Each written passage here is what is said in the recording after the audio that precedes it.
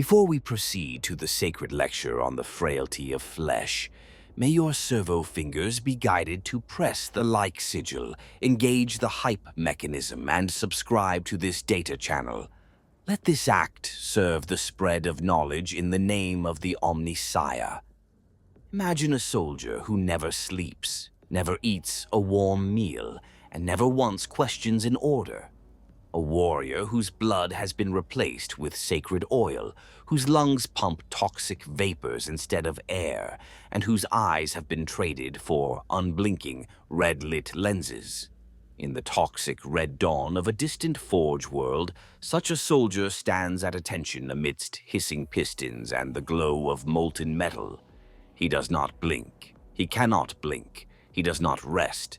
He needs no rest. This is life as a Skitarii, one of the Imperium's cybernetic legions, and it is unlike any life you or I will ever know. Our exploration begins where every Skitarii journey starts, in the forges of the machine god, where flesh is remade into something new, and perhaps something less than human.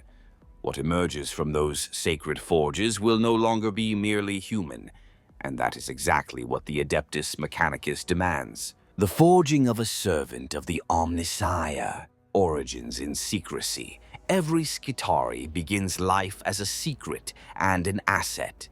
The Adeptus Mechanicus does not openly advertise how it sources its soldiers, and for good reason. The truth is a patchwork as varied and jarring as the augmetics bolted into their bodies. Some Skitarii are born into the red-lit manufactoria of forge worlds, raised from infancy by the cult Mechanicus. These natural-born initiates start as mere human laborers, menials toiling under the watchful cog and skull sigil, until the tech priests select them for a higher purpose. Others are not born in any traditional sense at all. They are grown. In the biovats hidden deep below the forge spires, genetic technologists accelerate the growth of vat-born humans, tailor-made for duty. These clones emerge into the world already marked for augmentation, their flesh deemed nothing more than raw material to house the machine god's instruments. Then there are those whose path to the Skitarii legions is even darker. Mind-wiped convicts shuffle in chains down assembly lines. Criminals or failed Imperial soldiers offered up to Mars as payment or punishment. Their past lives are deleted with a spike of electrochemical trauma to the brain. Whatever fear or guilt or hesitation they once held is scoured away, leaving a blank slate ready to be rewritten with new commands. Others come as tithes or punishment from distant worlds, deserters, political dissidents, or simply unlucky souls the Mechanicus deems useful. For these unfortunates, becoming a Skitarii is the final sentence, a grim chance at redemption through unquestioning service, with no possibility of appeal. Selection and indoctrination. Regardless of origin, the chosen candidates are quickly indoctrinated into the cult Mechanicus's rigid belief system. They learn the credo Omnissiah even before they learn to fire a weapon. There is no truth in flesh, only betrayal. There is no strength in flesh, only weakness. There is no constancy in flesh, only decay. There is no certainty in flesh, but death. These words are etched into their minds as holy writ. The message is clear. Their human flesh is fallible and unclean, but the machine is pure and trustworthy. With this credo hammered into their very souls, the recruits willingly, or perhaps helplessly, submit to the transformations to come. Tech priests oversee each aspirant's conversion from frail human to Skitarii warrior.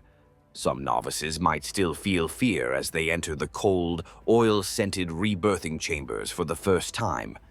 Perhaps a young forge-born menial glimpses the array of chrome limbs hanging from the ceiling, or the glint of a bone saw in the hands of a robed cyber surgeon.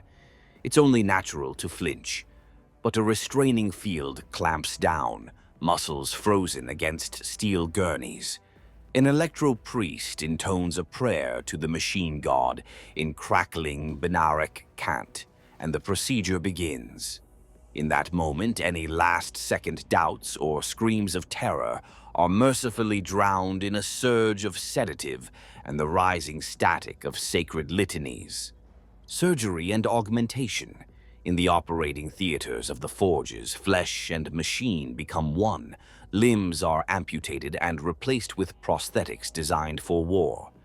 A recruit's perfectly healthy arm might be removed simply to install a bionic limb, capable of crushing rockcrete or steadying a rifle without tremor. In some cases, their legs are traded out for piston-driven cybernetic limbs, granting endurance to march without tiring and the strength to kick through a bulkhead door. Each new wound is seen as a chance for bionic revelation, as the tech priests like to say. What an outside observer calls mutilation, the cult Mechanicus calls improvement. The work goes far beyond limbs. Skitarii eyes are scooped out and replaced with augmetic optic arrays. Multi-lensed goggles grafted directly into the skull, glowing a baleful red or cold green. Their new eyes never close. In fact, the surgeons typically remove the eyelids entirely. Blinking is a luxury these warriors do not require, not when data must be gathered every microsecond. To protect the now permanently exposed cybernetic eyes from the gritty ash and radiation of their forge homeworld, blessed unguents and salves are applied, and the optics are fitted with armored cowls. From the outside, this gives each Skitarii the blank, unblinking stare of a statue, an effect as disconcerting as it is iconic. Next, respirator units are plumbed into their trachea and lungs. Corrugated hoses snake out from steel-caged chests to filter the air or to pump in special atmospheric cocktails. On Mars and many forge worlds, the air itself is poison, too thin, too toxic, or both. The Skitarii breathe it without concern, their breath of Mars rebreathers able to make even the foulest vapors breathable. In desperate moments or ritual observances, those rebreathers can even fill their lungs with the very same noxious gases of their homeworld, a reminder of their origins and a sign of devotion. Though one might wonder if they even notice the difference after all the nasal nerve endings have been seared away. Inside the Skitarii body, surgeons implant ceramic ports and adamantium sockets into musculature and bone. These hard points will anchor future upgrades. Everything from weapon interfaces to neural links. Muscle fibers are interwoven with steel cables. Portions of the brain are excised or rewired with cogitator circuitry and electrografts. Memory coils and loyalty directives snake through gray matter, rewriting thought patterns, pruning away any stray notion of disobedience or individuality. In some cases, this mental reprogramming is taken to the extreme. The Skitarii awakens with virtually no sense of self or emotion, a living weapon in the most literal sense. Others might retain a modicum of their former mind, just enough to grant them limited initiative or tactical cunning, but even these scraps of personality are carefully engineered. What remains is always the same: fanatic loyalty, belligerence, and an eager willingness to kill and be killed for the Omnissiah. Whether mind-wiped automaton or purpose-bred zealot, every Skitarii emerges utterly devoted and ready to obey without question. By the time these recruits rise from the operating slab, they are something less than human in form. Yet, in the eyes of the cult Mechanicus, something far more useful: pain and sacrifice. The transformation is excruciating, but the pain, too, is a tool. It burns away lingering humanity, tempering the recruit's faith. As bone saws whine and flesh sizzles under cauterizers, attendants chant monotonous litanies. Perhaps the recruit can dimly sense the words through the haze. Praises to the Omnissiah, pleas for the machine god to accept this new vessel. The cult believes that suffering is a necessary prelude to revelation. Each trauma is sanctified. Each scream, if any escape the sedatives, is merely the flesh protesting its own weakness. In a grim twist of mercy, many aspirants pass out or retreat into a fugue state as the modifications pile on. When they awaken, if they even comprehend what they've become, they rarely voice anguish. Most can no longer speak without an artificial voice box, and any pleas for respite would fall on deaf ears among the tech priests anyway. Rebirth. Finally, after countless hours or days of procedures, the initiation ends. The figure that rises from the slab is more machine than human. Perhaps a patch or two of original skin remains, pallid, crisscrossed with stitches, clinging between plates of metal and polymer. Many Skitarii have heads wreathed in cables and data jacks, with only a thin, lipless mouth remaining to hint at the person that once was. Others wear permanent masks of bronze or steel, their faces erased entirely in favor of rebreather grills and blank sensor visors. A newly forged Skitarii is an imposing sight, a pallid, half-mechanical warrior swathed in heavy red robes. Those robes, ceremonial blessed raiments, are lined with tiny leaden spheres and radiation-absorbing fibers, ready to protect the soldier from battle's many horrors, including the ones they themselves carry. Above the hem of each robe, the artificers brand a symbol and number, the icon of the Forge world that now owns their life and the unit identifier to which they have been assigned. They are no longer a name, if ever they had one. They are now an instrument of the machine god, ready to be honed and aimed at the enemies of mankind. Drilling and calibration. Awakening as a half-machine warrior is only the beginning.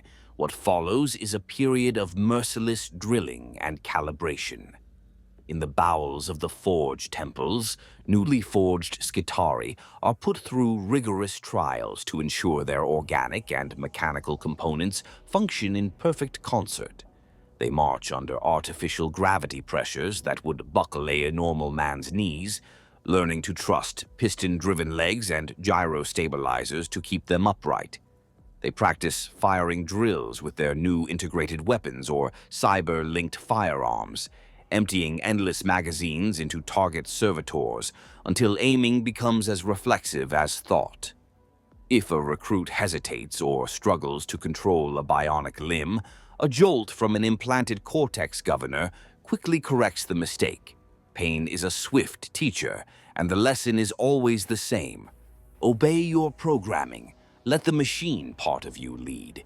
In live fire training scenarios, their resilience and indifference to horror are tested as well. They might be ordered to advance through billowing promethium flames or stand their ground while arcs of lightning from a tech priest's voltaic weapon dance over their armor. Those who fall or falter are not coddled.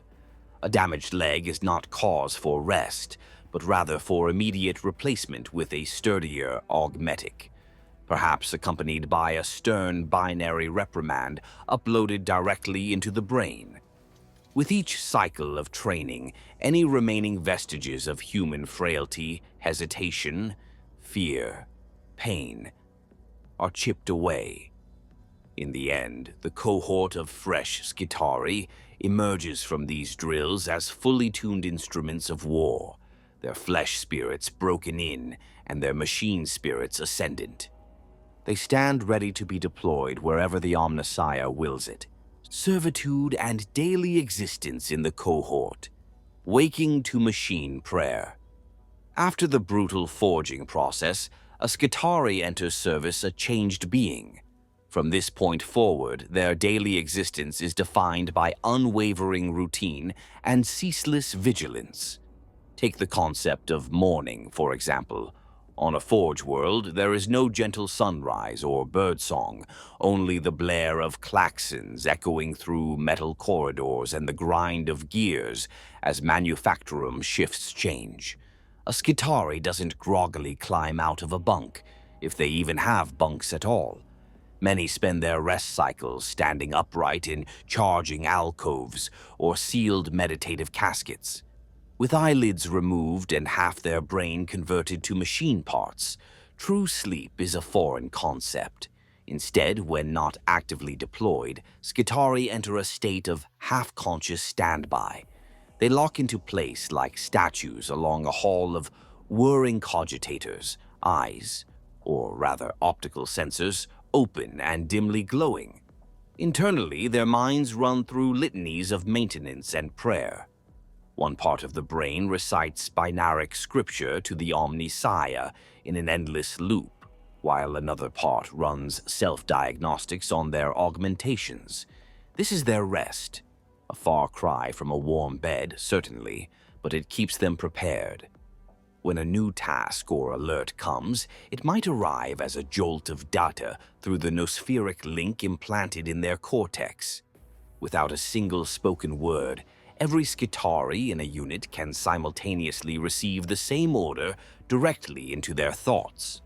Perhaps an incoming binary burst from a distant tech priest triggers them to full awareness, or whatever approximation of awake passes for their condition. With the barest shiver of servos, they snap from statue still to active, the transition almost instantaneous. There's no yawning or stretching out sore muscles. Those have long since been replaced or numbed. In unison, they begin to move, weapons at the ready. To an outside observer, it's eerie. One moment, a cohort of Skitarii stands silent as the grave. The next, they turn and march off in perfect synchronicity, as if puppeted by invisible strings.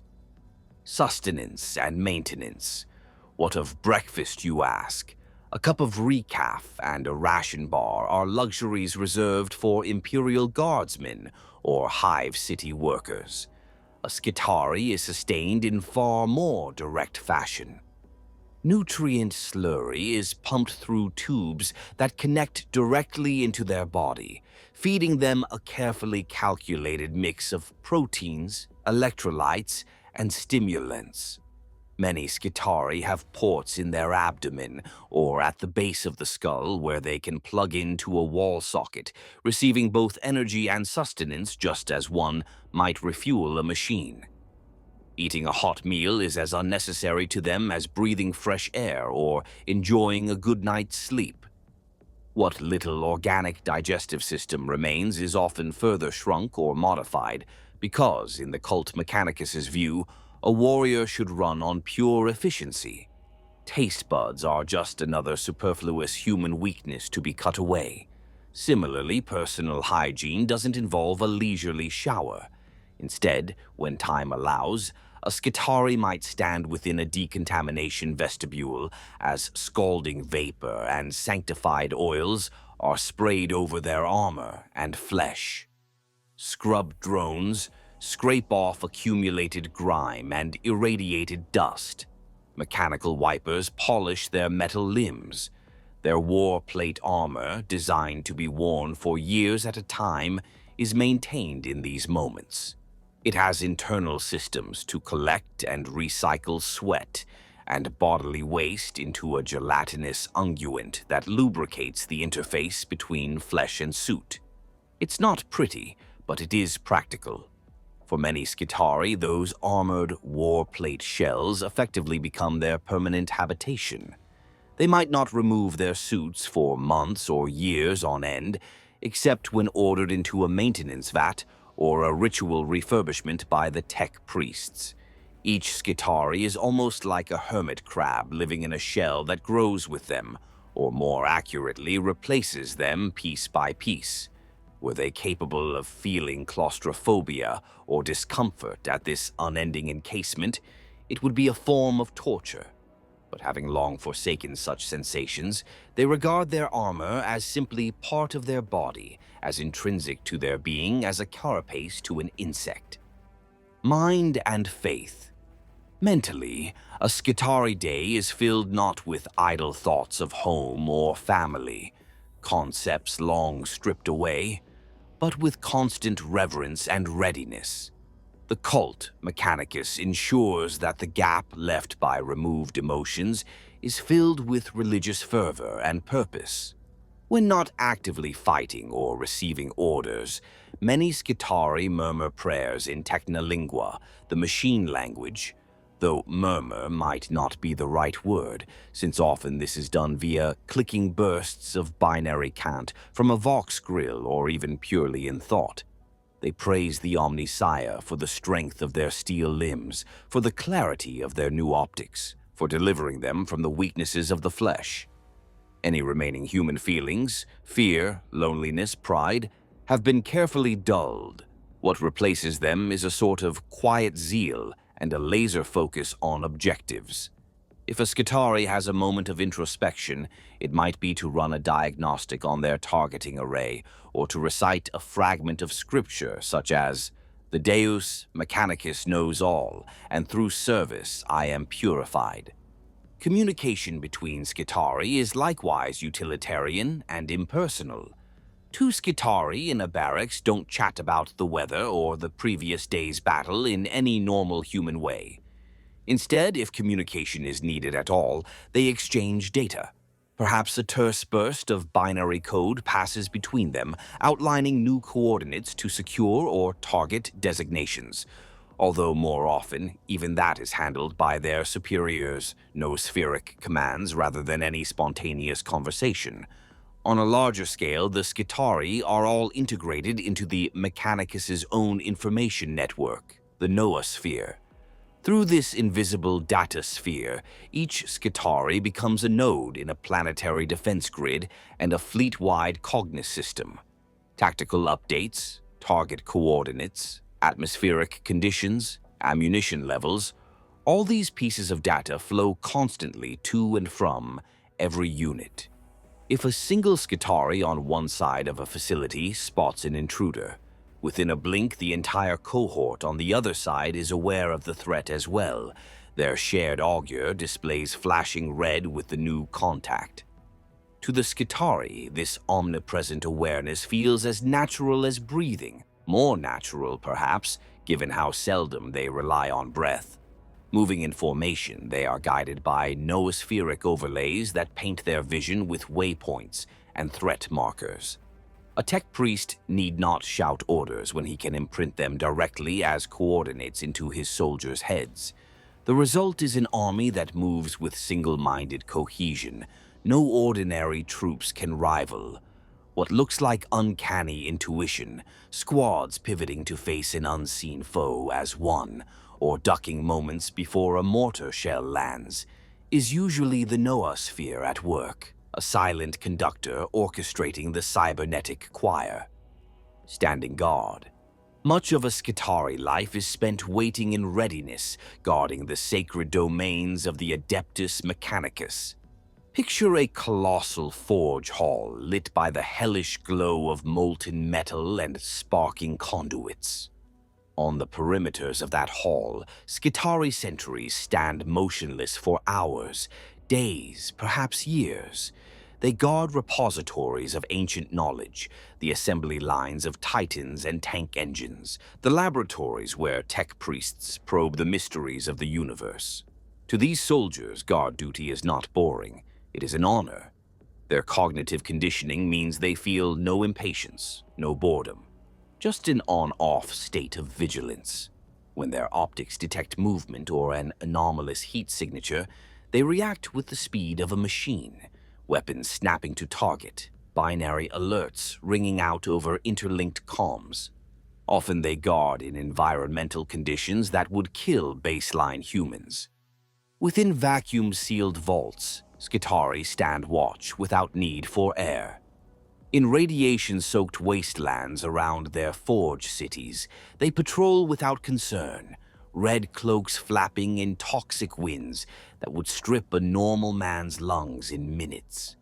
They might be stationed atop towering gantries, bathed in the constant thrum of engines, or in the frozen sulfur deserts of a distant research outpost, unaffected by sub-zero cold thanks to internal heaters and insulated augmetics. The dark side, of course, is that they do suffer the wear of these conditions. It's simply mitigated and ignored. A Skitarii on Mars's surface might accumulate layers of cancerous tissue from solar radiation and industrial toxins, but those are either periodically excised and replaced with yet more bionics, or left to fester knowing the soldier's life expectancy is limited anyway. The Skitarii accept this without question. They are taught to see their flesh as a necessary weakness they carry only until they earn the right to shed it entirely. A narrow existence.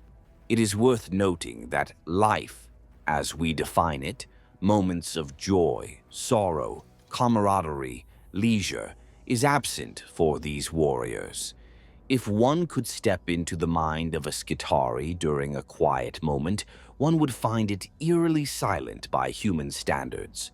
No fond memories of childhood play, no dreams of a better future. Perhaps a dim recollection of pain when a certain servo in their spine aches. A memory of the surgery that implanted it, quickly suppressed by conditioning. Perhaps a brief spark of what might have been pride as they recall their unit's success in the last mission, immediately analyzed not as personal achievement, but as proof of the Omnissiah's glory. They don't daydream, they don't plan vacations or worry about personal matters. Their world is narrow. Maintain yourself. Obey the machine god's will. Execute your orders. In a sense, this spares them from the existential horror of their situation. One cannot lament the loss of freedom or humanity if one has been programmed to value neither. Yet, fragments of humanity might still flicker deep inside some Skitarii, despite all the Mechanicus's efforts. A rare few, allowed a degree of personality, might remember the face of a parent or experience a vague sense of something lost. But those thoughts are fleeting and often purged by auto-suggestion protocols. Pity the Skitarii who can still truly comprehend what he has become. That way lies madness, and such madness is a malfunction the tech priests will swiftly correct. Far safer to exist in the purified mental state the cult Mechanicus has given them, narrowed though it may be. In this way, the life of a Skitarii is paradoxically peaceful in its single-minded clarity. Devoid of doubt, devoid of desire, they know exactly what they are meant to do every waking moment. It is a peace forged from absolute control, marching to war and the calculus of battle. Deployment. The march of the cybernetic legions. When the Adeptus Mechanicus goes to war, it does so with methodical, mechanical precision. For the Skitarii, deployment is not about patriotic fervor or heroic speeches. It's another problem of logistics and cold calculus. Orders filter down from aloof tech priest superiors, often not in spoken words but as streams of code and curt machine directives. A Skitarii cohort might receive a binaric communique instructing them to mobilize to a dropship hangar at Sector 7G. Instantly, they obey. There is no need to pack personal belongings or pen farewells. Each warrior is always battle-ready by design. Ammunition reserves and power cells are slotted in by attendant servitors, even as the soldiers are already marching in lockstep to their departure points. Picture a war convoy departing a forge world, great clanking transports and striding walkers filing out of gargantuan steel gates, accompanied by the monotone chant of a tech priest, Dominus broadcasting a prayer to the machine god over echoing vox hailers. The Skitarii ride in silence, packed in rows within the holds of landers or the bellies of hover barges, their red cloaks and armor dimly lit by pulsing status LEDs.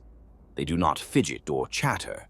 Each stands or sits rigidly, perhaps reviewing mission parameters being fed directly into their retinal displays. If any feel excitement or trepidation, it is indistinguishable from the simple readiness etched into their post-human minds. Many will have had their hormone regulators adjusted in anticipation of combat. Aggression dialed up, fear response dialed down to absolute zero. In transit, the tech priests may deploy doctrina imperatives, tactical presets transmitted to all Skitarii units. At the flip of an electromagnetic signal, an entire Skitarii legion can have its combat protocols shifted. For example, a protector imperative might flood their nervous systems with inhibitory codes that emphasize caution and precision. Their pace slows. Firing routines prioritize accuracy and defense. Conversely, a conqueror imperative can unleash stored combat drugs into their bloodstream and override pain limiters, turning the Skitarii into relentless aggressors who surge forward with no thought of retreat or self-preservation. To the soldiers themselves, this is as routine as a gear changing in an engine. There is no resistance or hesitation. When the command comes, their bodies and minds adapt in unison. From the outside, one might marvel or shudder as an entire cohort's demeanor shifts instantaneously under an invisible command, like a school of fish changing direction in perfect harmony. The shock of battle joined. When the Skitarii legions make contact with the enemy, they do so with disciplined fury. Imagine a manufactorum turned battlefield on some distant world, towering stacks belching smoke into a blood-red sky, ruins of assembly lines underfoot. A formation of Skitarii advances through clouds of ash. They move with unnerving coordination, each step almost in cadence, even as they maneuver for cover and firing lanes. Their adversaries, be they heretical cultists, alien raiders, or traitor legionnaires, might unleash a wild barrage of lass fire or a chorus of battle cries.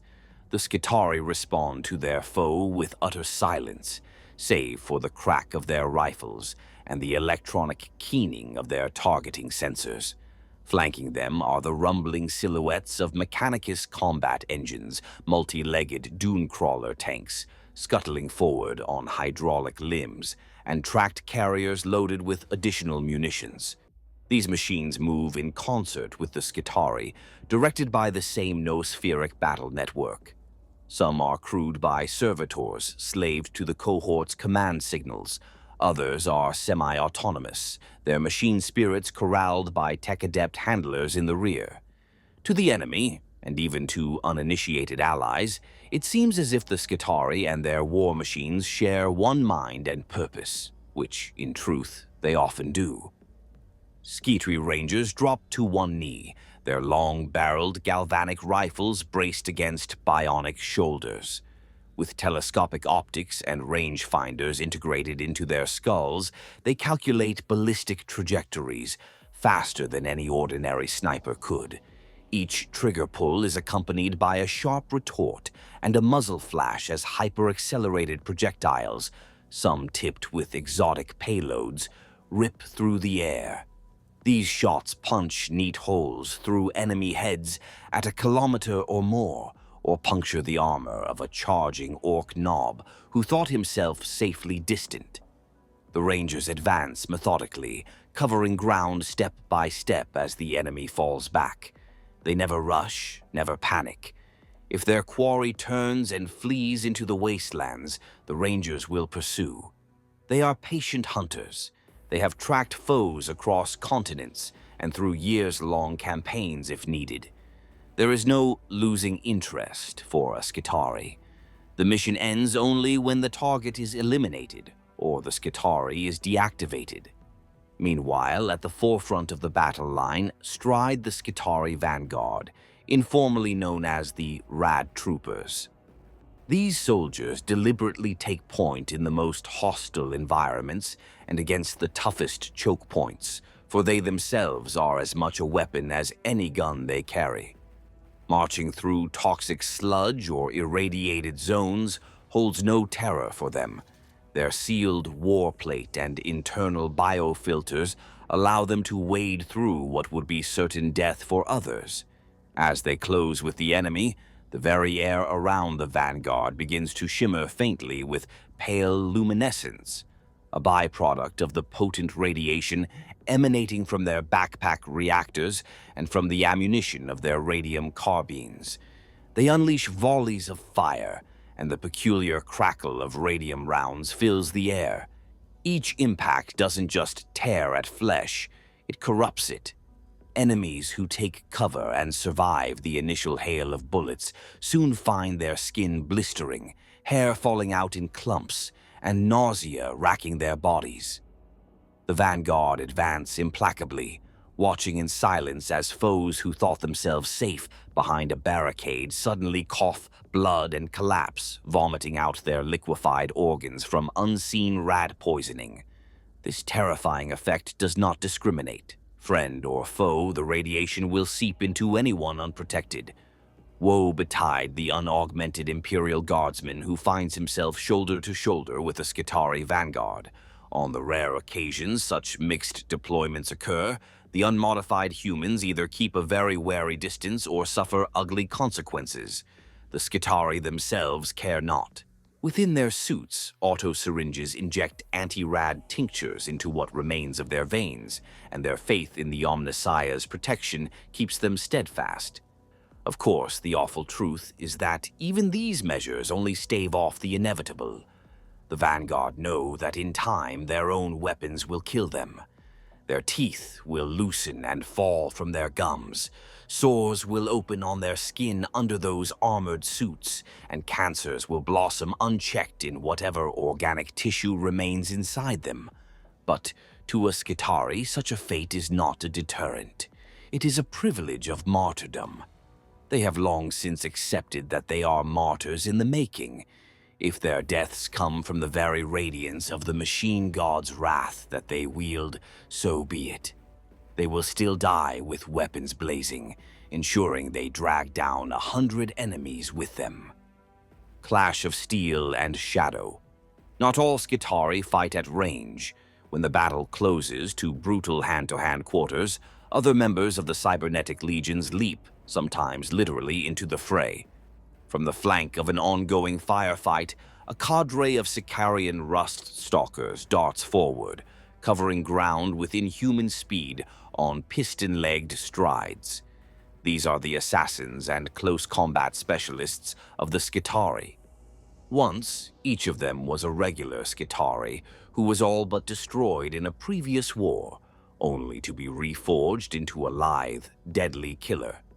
Their limbs are slender metallic prosthetics, granting them agility that belies their weight. Where a human swordsman might need to warm up muscles and catch his breath, a rust stalker's artificial sinews never tire. They crash into the enemy's flank like scythe blades through a field of wheat. Transonic blades affixed to their arms and legs vibrate at frequencies that cause the very air to hum ominously. Armor plate that might deflect a chainsword is bypassed effortlessly by these weapons. At a molecular level, the oscillating blades find resonance and slip through matter as if it were water. An unlucky enemy soldier attempting to parry finds the rust stalker's sword passing through his own blade, and then through his torso a heartbeat later.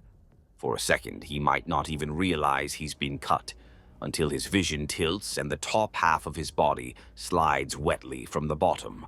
Such are the gory handiwork and advanced weapons of the rust stalkers. They do not roar or revel in the kill as a berserker might. Their movements are precise, even clinical amidst the slaughter. If anything, one might catch an occasional burst of binary count, perhaps relaying an all-clear signal or requesting support, but never a human battle cry. Elsewhere on the battlefield, some Skitarii ride to war on mechanical steeds. Bizarre stilt-legged walkers known as iron striders carry lancing dragoons or sharp-shooting ballistari into the fray. A squadron of Sidonian dragoons might burst from swirling smoke, charging at full tilt with crackling taser lances leveled. These lance tips erupt with electrical fury on impact, electrocuting victims as the momentum drives the spearhead clean through armor and bone. The sight of a 9-foot-tall cybernetic cavalryman thundering forward on piston legs often sends a shock through enemy lines in every sense of the word. Their counterparts, the Iron Strider Ballistari, do not charge, but instead lope to vantage points on their ever-running mounts. Balanced by gyroscopic stabilizers, these cyborg marksmen bring to bear heavy rifles or arc cannons, picking off priority targets such as enemy commanders or armored vehicles with uncanny precision, even while their mechanical steeds bound tirelessly beneath them. Perhaps the strangest aspect of the Iron Strider units is the machines themselves. Ancient tech lore holds that once an Iron Strider engine is activated, it must never be allowed to power down. These walkers are as close to perpetual motion as the Mechanicus has achieved. They stride ceaselessly, day and night, their hunger for fuel minimal and their momentum self-sustaining. Between battles, they literally circle continuously in their holding pens, clanking endlessly so that their machine spirits do not fall dormant. Skitarii riders are lowered into their saddles while the engines are already pacing. To mount or disembark a dragoon is a delicate operation requiring cranes, harnesses, and impeccable timing. Such rituals are a small price to pay for an engine that never tires. For the Skitarii bonded to these Iron Striders, it means they too become creatures of unending motion. They patrol for days on end without respite, their augmetics staving off fatigue. On the battlefield, this translates to a tireless pursuit. Iron Striders will chase down fleeing foes with mechanical stamina far beyond fleshly limits. Whether impaling enemies in a lightning lance charge or gunning down distant targets at full gallop, the riders of the Iron Striders exemplify the relentless, unremitting advance of the machine god's legions. Even more unnerving are the Sicarian infiltrators, tall, spindly silhouettes moving at the edge of the battlefield, or perhaps already in the enemy's midst before the foe even realizes it. These Skitarii have traded whatever remained of their flesh and mercy for devices that assault not the body, but the mind. As an infiltrator unit engages, they broadcast a neurostatic virus, a constant flood of disruptive noise across every sensory channel. Enemies find their ears filled with maddening white noise and distorted screams. Their vision swims with static as if even their eyes have malfunctioned. Strange chemical tastes and noxious stenches overwhelm their nose and mouth.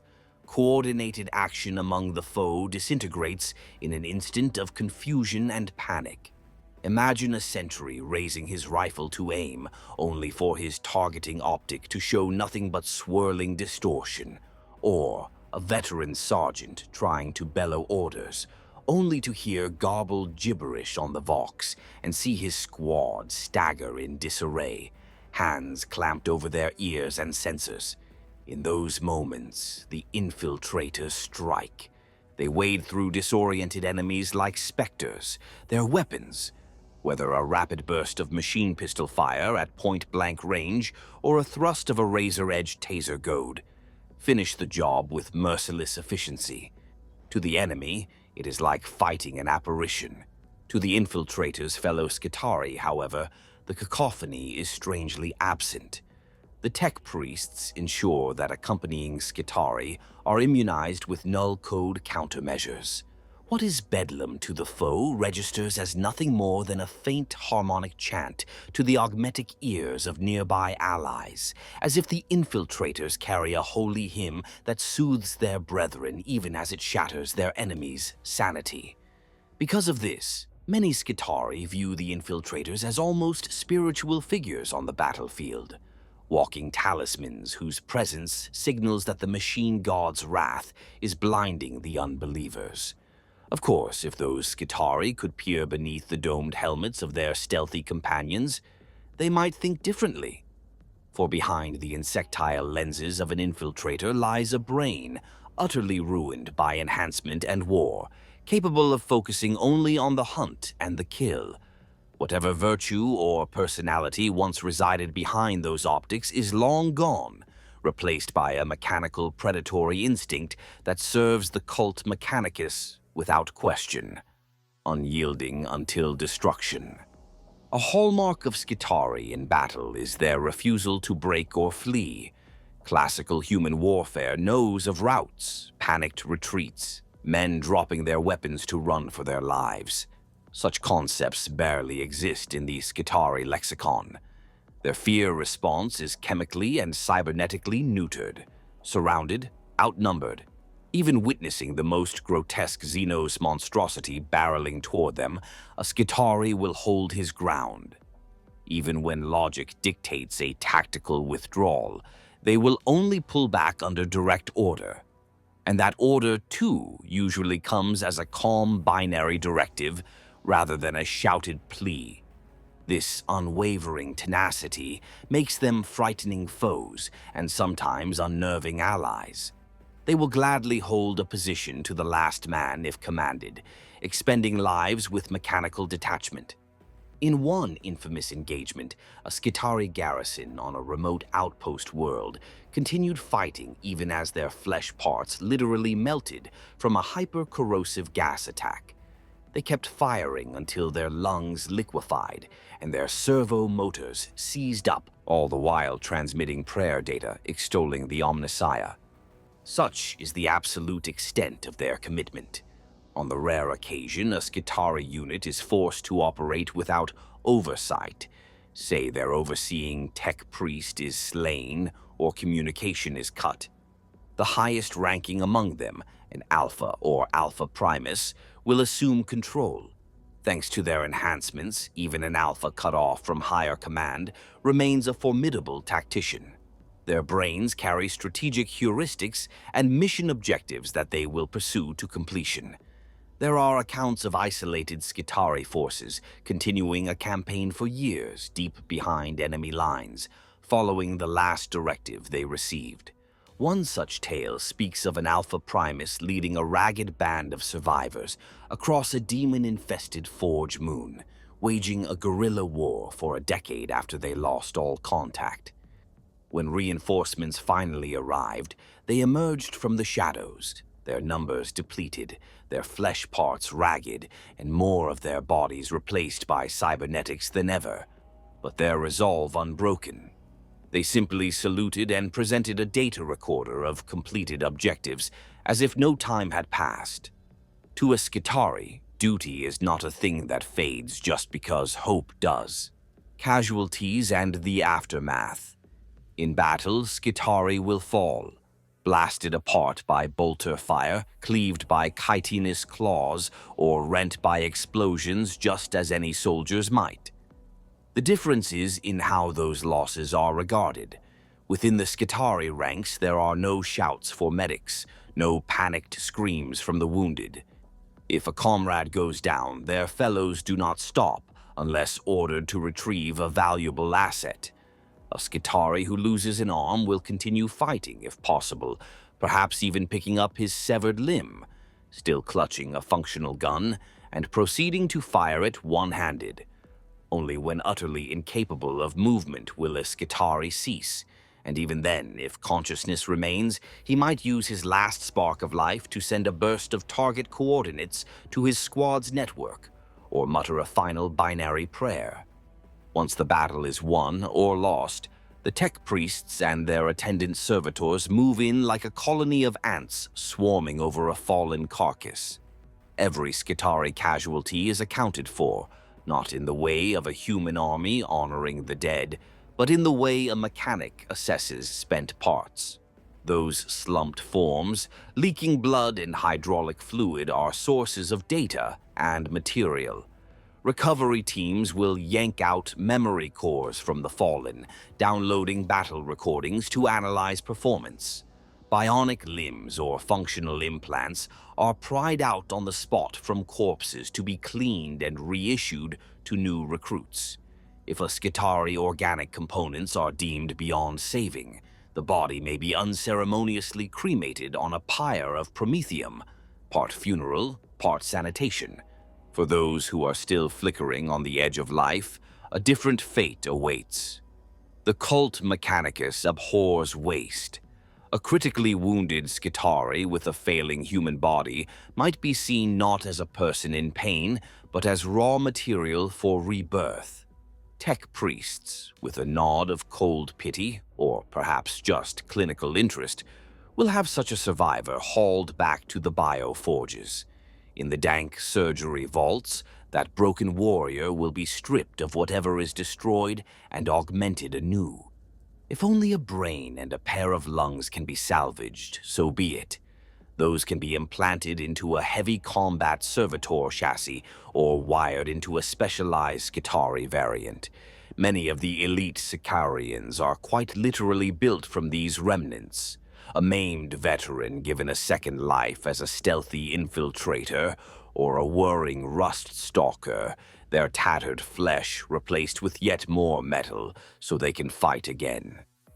There's a pragmatic cruelty to it. The Skitarii are denied even the right to die if they're still used to be squeezed from their remains.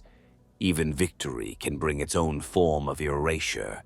A Skitarii who has witnessed something forbidden or been touched by warp taint might find his mind cleansed by his masters as a precaution.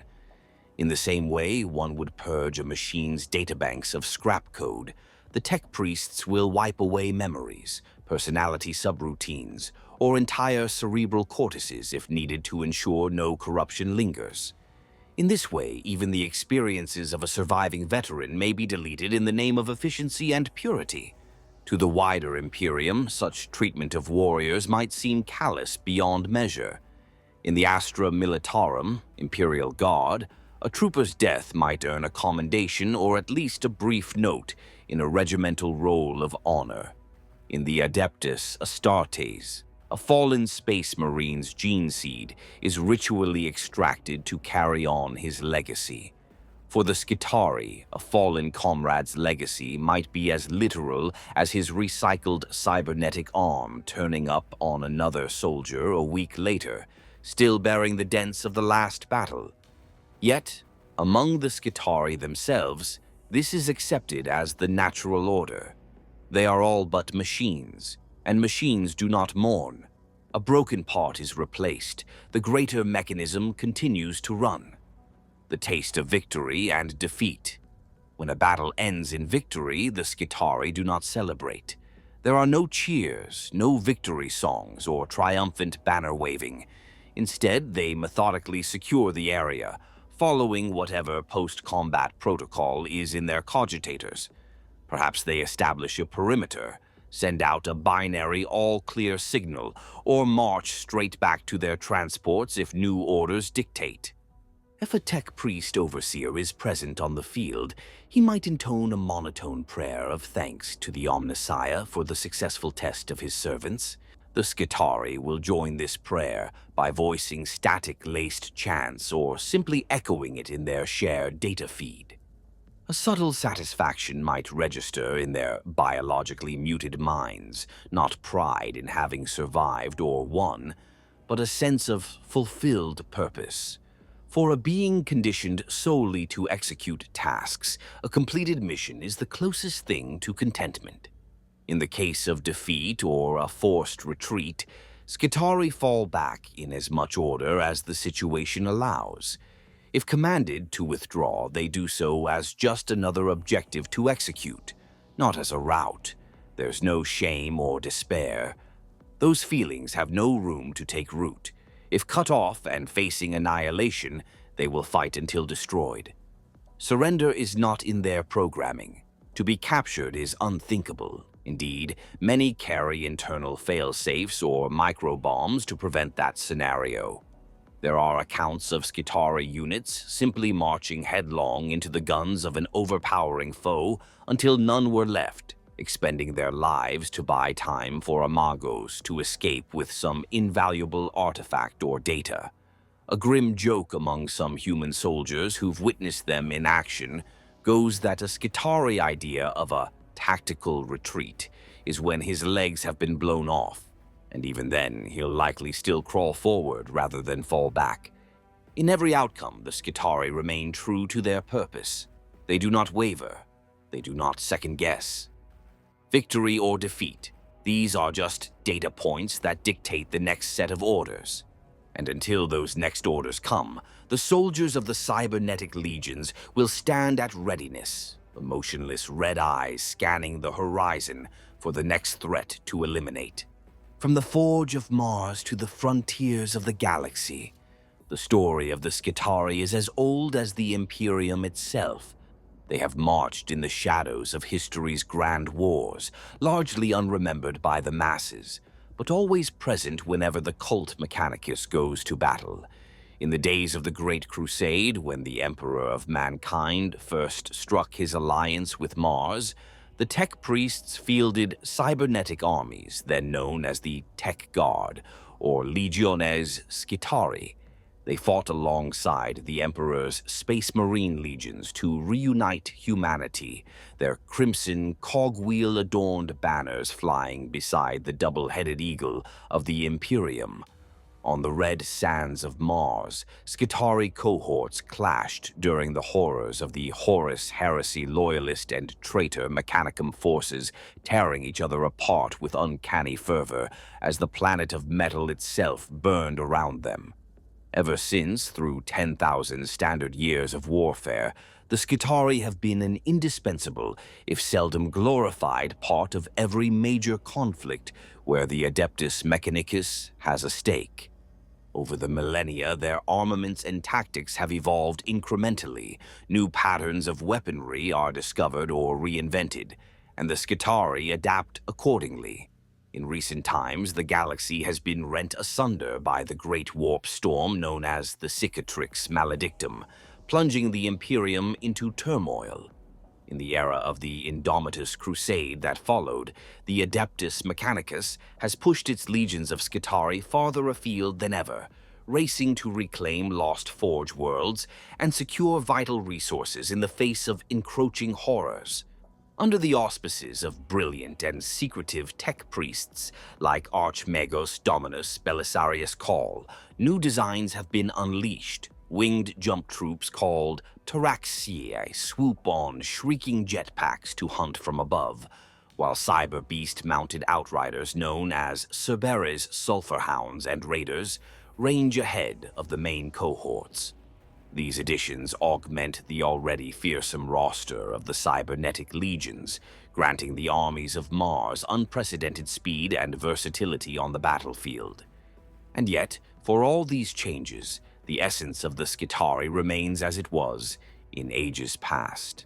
A Taraxiae sterilizer diving through toxic skies to immolate a heretic stronghold with gouts of plasma is driven by the same bred-in fanaticism and servitor-like obedience as a Skitarii ranger of ancient days lining up a perfect rifle shot during the Great Crusade.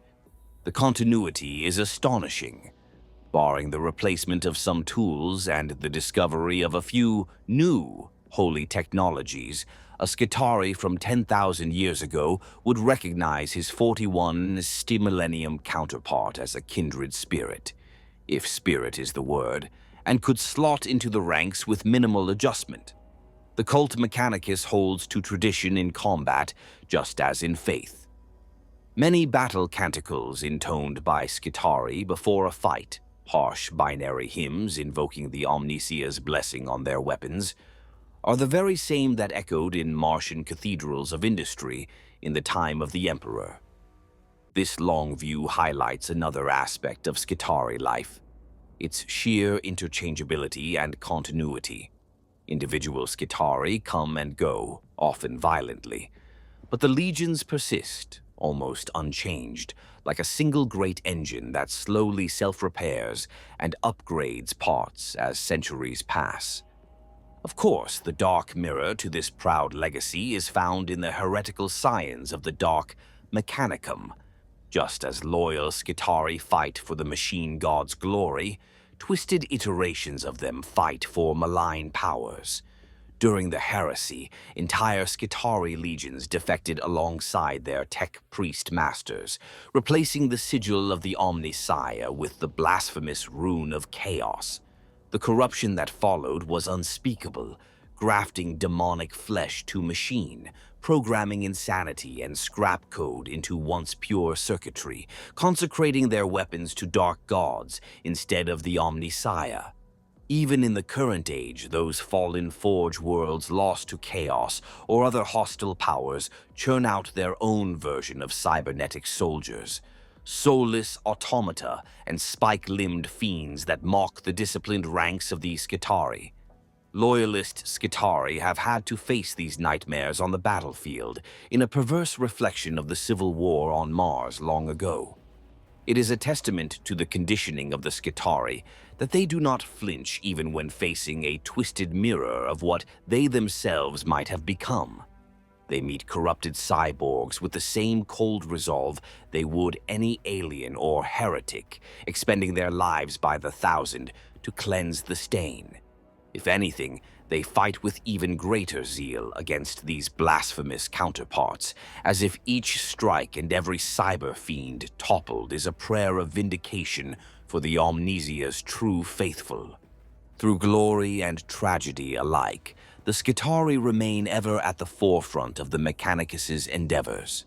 Whether it is an experiment on a distant moon gone awry that needs containment, a crusade to liberate a fallen Forge world from orc infestation, or the defense of sacred Titan war machines in battle, it is the Skitarii who will trudge through fire and ash to see the mission done. One notable tale tells of Forge world Griffon 4, where the Skitarii legions and their allies made a desperate last stand against the tendrils of a Tyrannid hive fleet. Outnumbered 1,000,000 to 1 by chitinous horrors, the Skitarii fought with mechanical precision and unyielding resolve until the very furnaces of their forge went cold.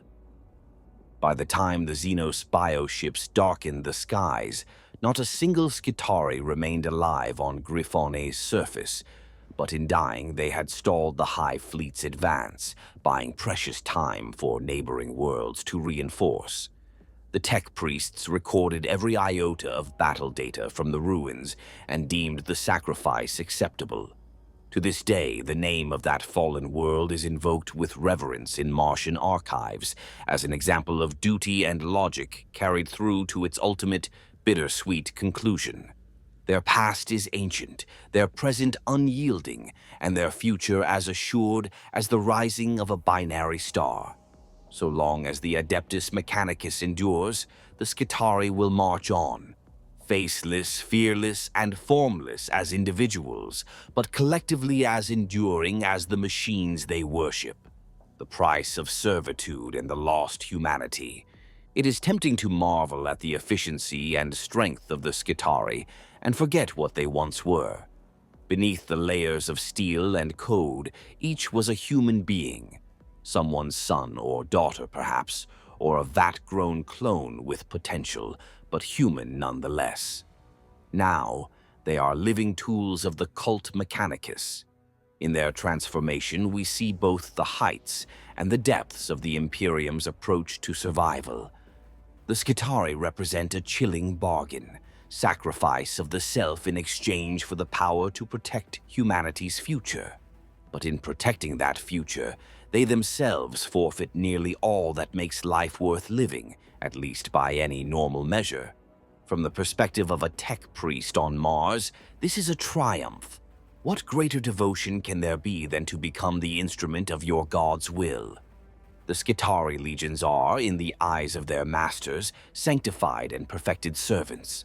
They do not rebel, they do not falter, they do not indulge in the sins of doubt or ambition. Each Skitarii is an embodiment of the machine god's creed. The flesh is weak, but the machine is strong. Their lives, if one can call their existence life, prove that faith every day they continue to function. Tech priests record tales of glorious last stands and peerless victories achieved by these cybernetic warriors. One often cited example is that of Skitarii Zelith Delta 27, who famously defended the Anval chem plant against an overwhelming chaos cult horde.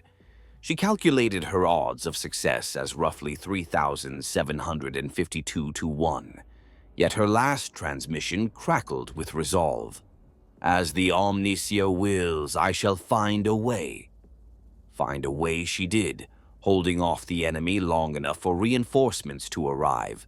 She perished in the effort, body charred and broken.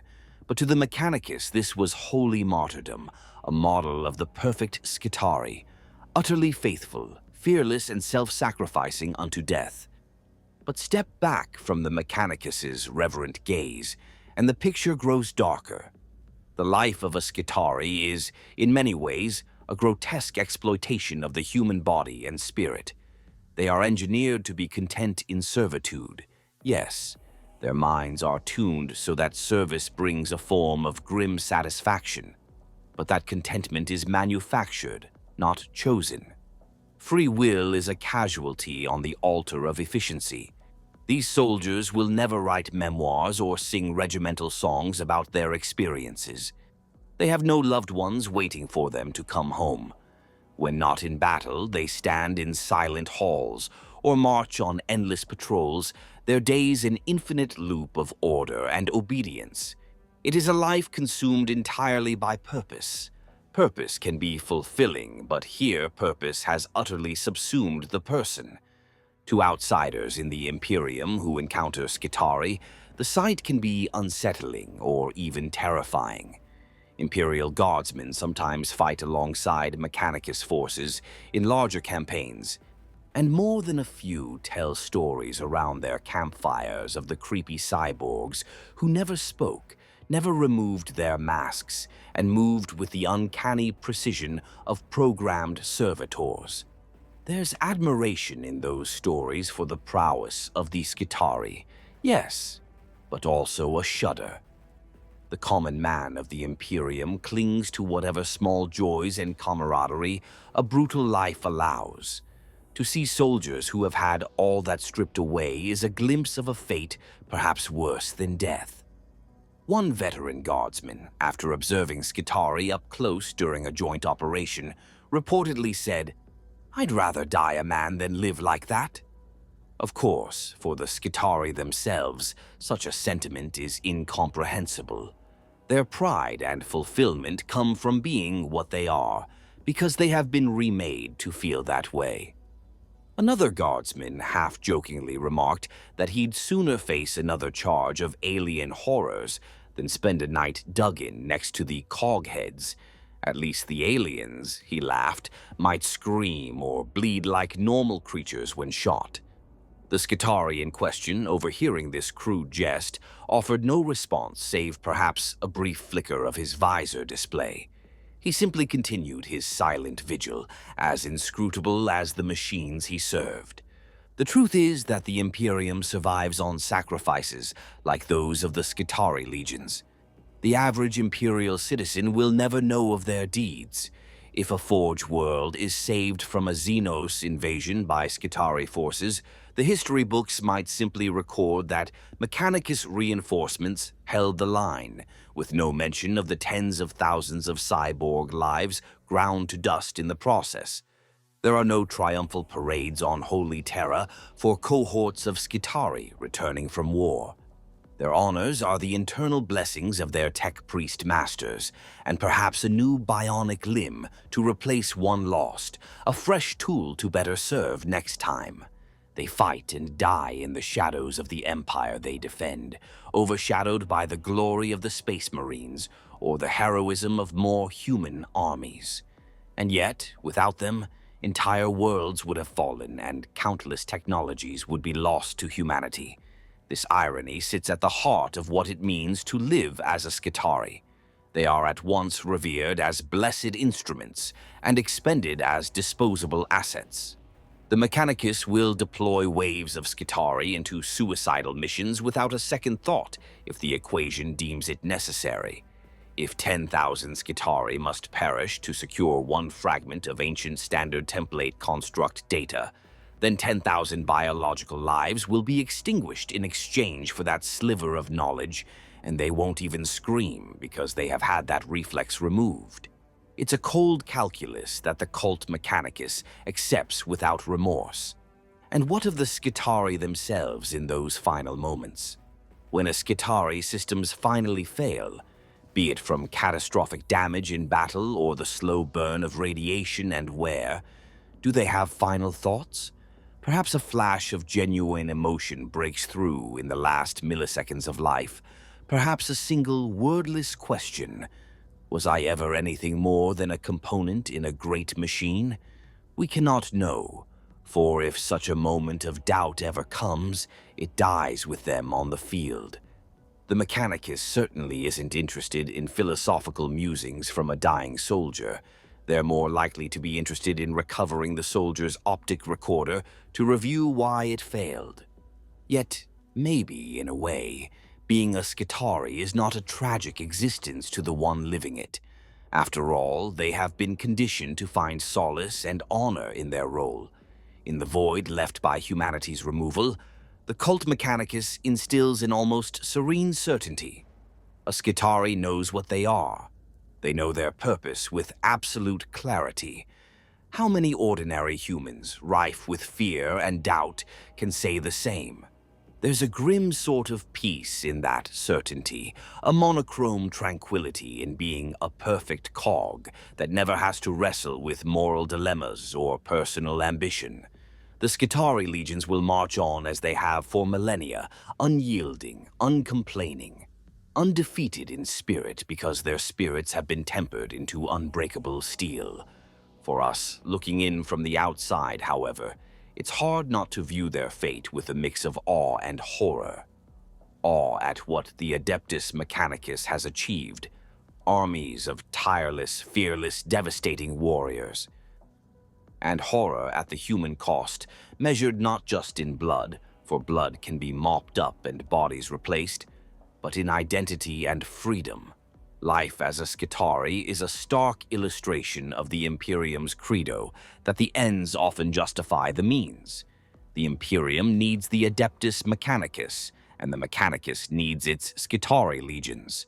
Thus the great war machine grinds on, fueled by human parts refashioned into unfeeling steel. In the end, whether one views the Skitarii as tragic figures or exalted ones may depend on which side of the surgical table one stands. As individuals, they are victims of a merciless system that denies them any semblance of personal life. As warriors, they are saviors and avengers, the blades in the darkness that slay horrors mankind could not otherwise face. This duality is the heart of their existence. Human and machine, revered and expendable, alive and yet in many ways already dead. Such is the price of serving the Omnissiah without reservation.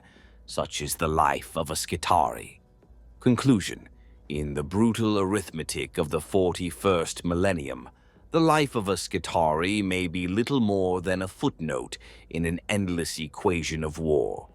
But it is a footnote written in steel and absolutely essential to the Imperium's survival. These cybernetic legionaries will never be celebrated in imperial hymns or victory parades, yet they stand eternal vigil so that the Imperium's other heroes can prevail.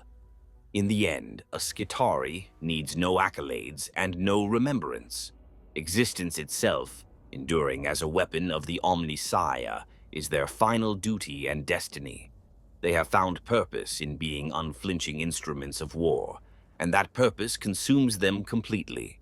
And as long as the Imperium demands unyielding strength, the Skitarii will be there in the shadows, living and dying as something more than human, and perhaps something far less. Such is the legacy of the Skitarii.